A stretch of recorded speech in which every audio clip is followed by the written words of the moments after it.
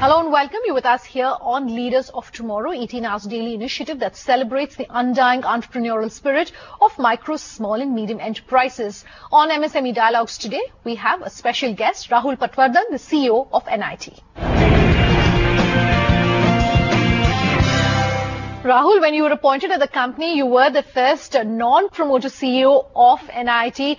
What has the experience been like, and what advice would you have for our viewers in terms of having professionals on board family-run businesses?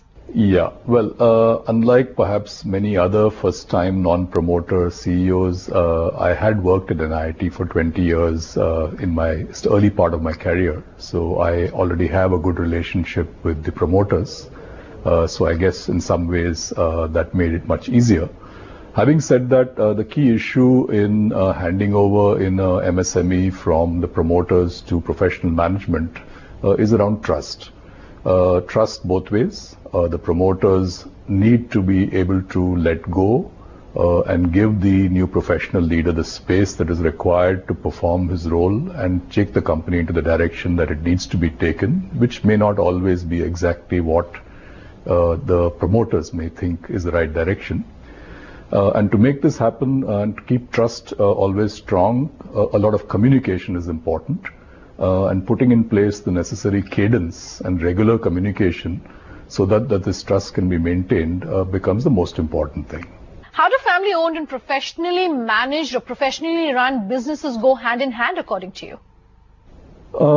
Well, the reality is that most promoter-started companies, and most companies are always promoter-started companies, eventually at some point of time have to transition to a phase where professional management take over. So that's the reality of business, in particular successful businesses. And therefore the issues I talked about earlier start becoming important, especially at a time when such a transition is starting to become imminent. It's rare, I would say, in today's world, in the MSME circuit in particular, that you can expect that the family members will take on the mantle and move forward. And therefore, I would say in the early phase of successful growth of an MSME, promoters need to start thinking about what transition requirements will be there and start preparing themselves first before they start bringing on board professional managers. Speaking of this, I would like for you to talk to our viewers about the importance of succession planning for businesses, especially small businesses, and whether you see enough of it happening, whether there's enough awareness of what really succession planning is, and if there isn't, what in your opinion is really holding them back? Yeah, this is really important. You build a successful business, you take half your life to do that, in maybe 20-25 years, you've brought it from an idea into an existence, and from an existence into growth, and then growth into high growth. And then you sometimes often realize that you have not focused enough on succession planning. Now, and very often we do see MSMEs have reached a point where there is nobody to take over. The family is not interested in taking over because they have actually grown up in an affluent family and maybe they've studied abroad and they want to do something else. And the promoters are then left with the situation where they have left it too late and they're not able to complete the transition of the company from promoter-led to professional-led, and often have to just close down the company. Okay. Which is a pity because there is value in that company, having built it for 20-25 years, and therefore the timing of planning succession is really important. Either you have to plan for succession or you have to plan for making sure that somebody else takes a stake in the company who will be interested in taking it forward so that you get the full value of all the hard work that you put in over so many years. Let's also talk about estate planning. In your opinion, is there enough awareness in India right now, particularly among small businesses, in terms of what constitutes this, and your advice for our viewers on this? Yeah, I would say that in general, people still remain very traditional in their way of how they go about planning for handing over their wealth to their successors. Increasingly, it is becoming important to plan professionally for this. There are a lot of avenues available to do such planning. There are, in terms of trusts, in terms of setting up family-owned funds. I think it's really important today for successful promoters to start making themselves aware of these possibilities and to start seriously looking into if they have reached a particular point in their career and in their life, to start planning for this, to make sure that the wealth that they've created through all their hard work can successfully transition to their successors. Let's talk about regulation for your industry. First, the legislations that cover your industry. What, in your opinion, would be some of the changes that you would like to perhaps see? So, because we are not in an industry that is licensed, our regulations are not very, very specific to our industry. However, there are education policy and education regulations. Being a listed company, NIIT Ltd is obviously affected by all the regulations that are governing listed companies. For example, ICFR and so on, and maybe INDAS coming up this year.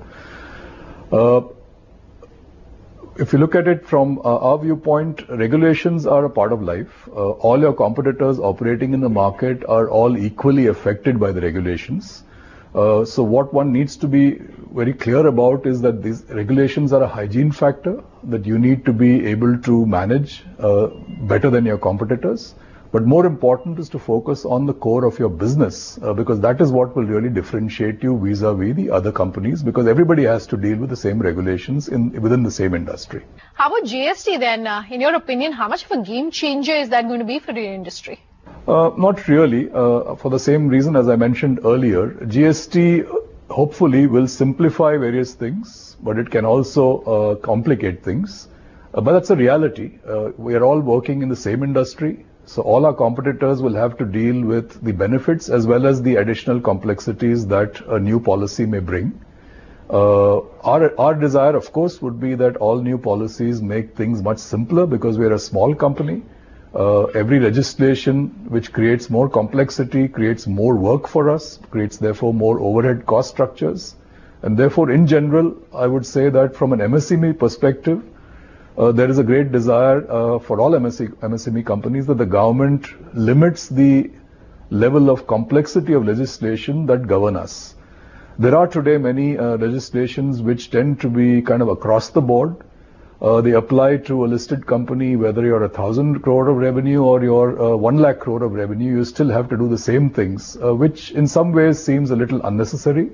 The level of detail that is required in many of the registrations could probably be calibrated in some kind of step function depending on the size of companies. So that would be a general view I would have. Of course, that is just an opinion.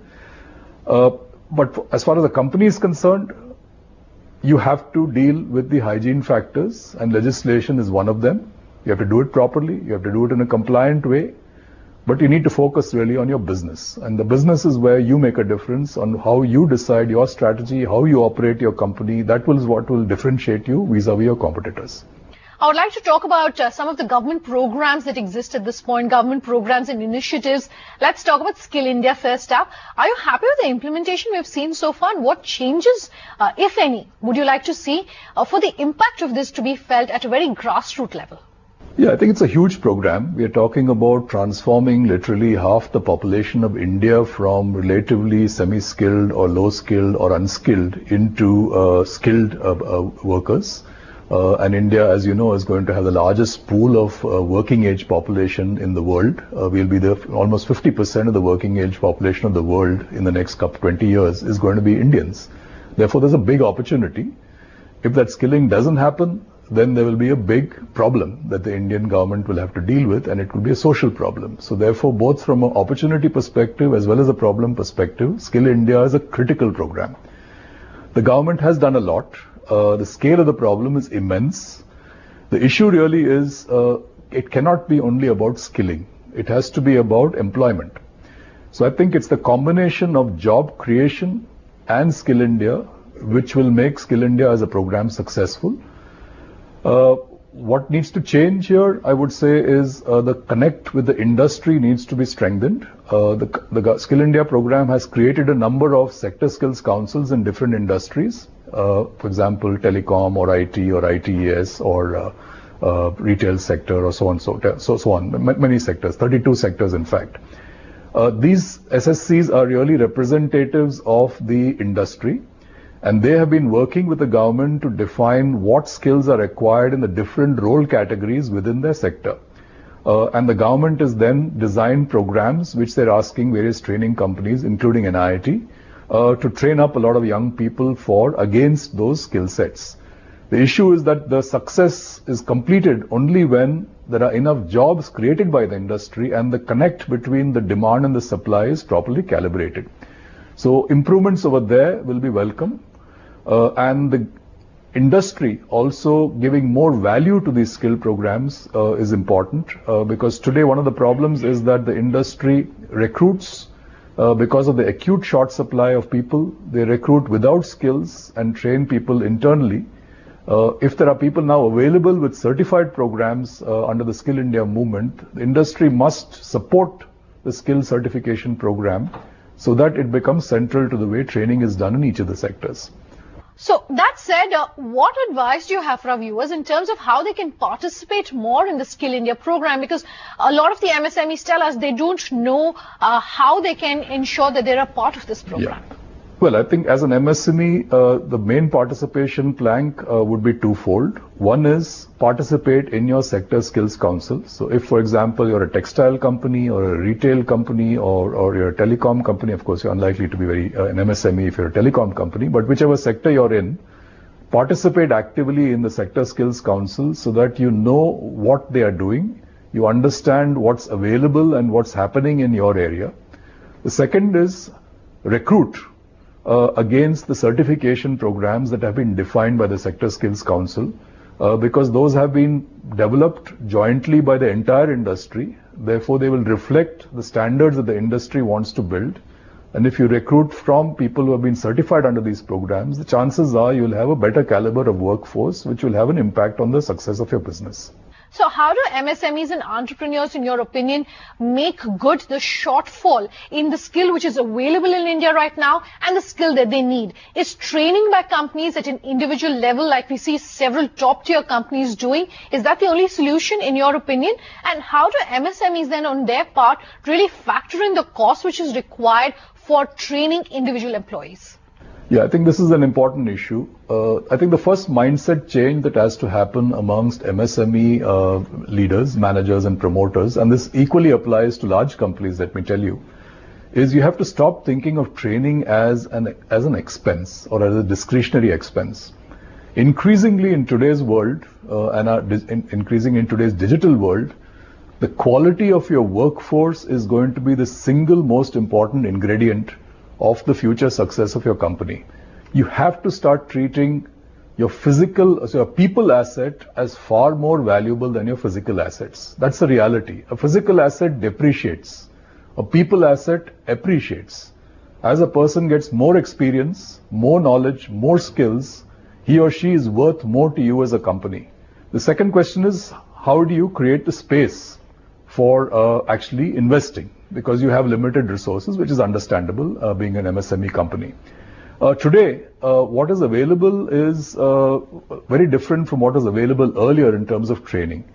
You have 2 or 3 options. One is, of course, your industry association or your sector skills council is making available training at an industry level, and that would be lower cost than trying to do everything yourself. Second, in almost every sector today, there's a lot of free online material available. Make use of online learning resources in your industry. Work with other companies in your industry to build common platforms and common courses if you can't build those courses yourself.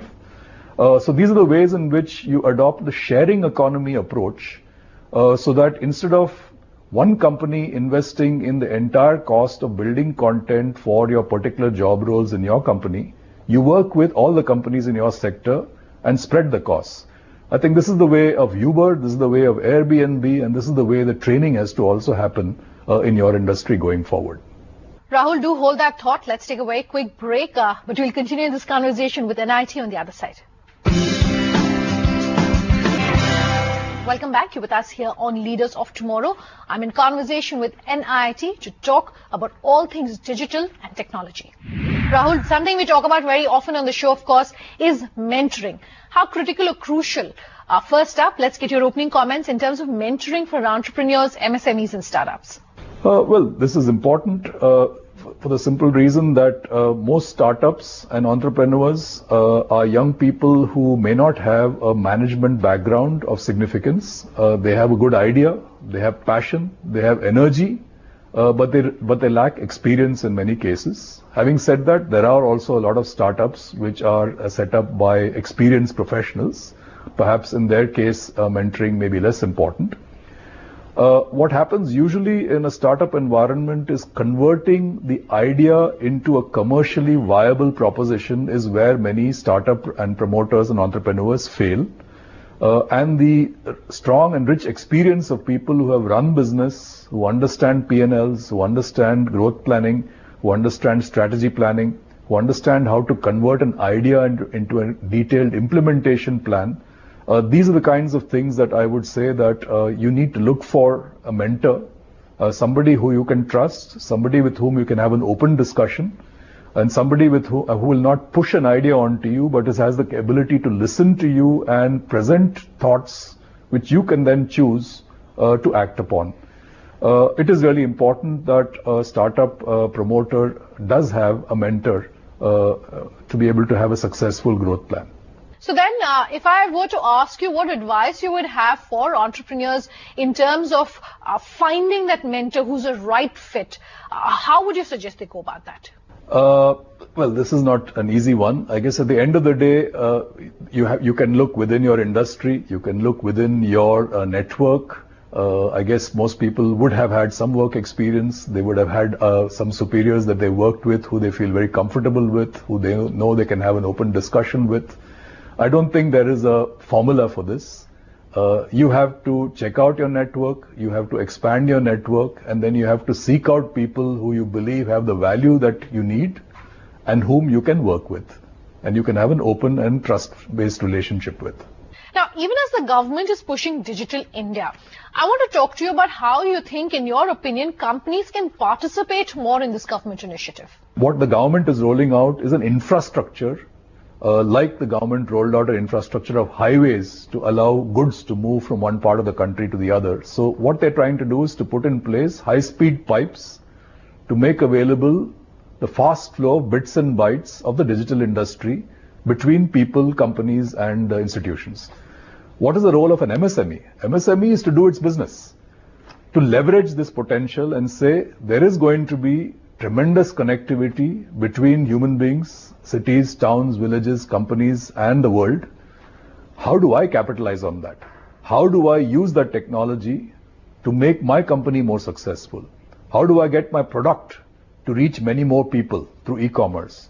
How do I use the technology that is now available to build a better product which has a digital component in it, and therefore what I was charging earlier 10 rupees for my product, I can now charge 20 because there's an extra value through the digital embedded in the product, which is worth 20 rupees to a customer. The reason I asked you this question is that we hear from MSMEs who tell us that they're yet to see the benefits of Digital India percolating down to the grassroots level. In your opinion, is it because it's still early days yet, and that's why we're not seeing the benefits as of yet coming down to MSMEs? I think the real reason is that they are waiting for the Digital India campaign to do something to them. Unfortunately, if that is the approach, they will keep waiting. Companies need to take the lead. Today, technology is available. The penetration of mobile phones is immense in India. The availability of internet access to population of India is immense. The access worldwide is immense.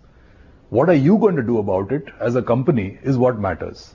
So if you're sitting and waiting for Digital India to do something to you, you will be waiting till the cows come home.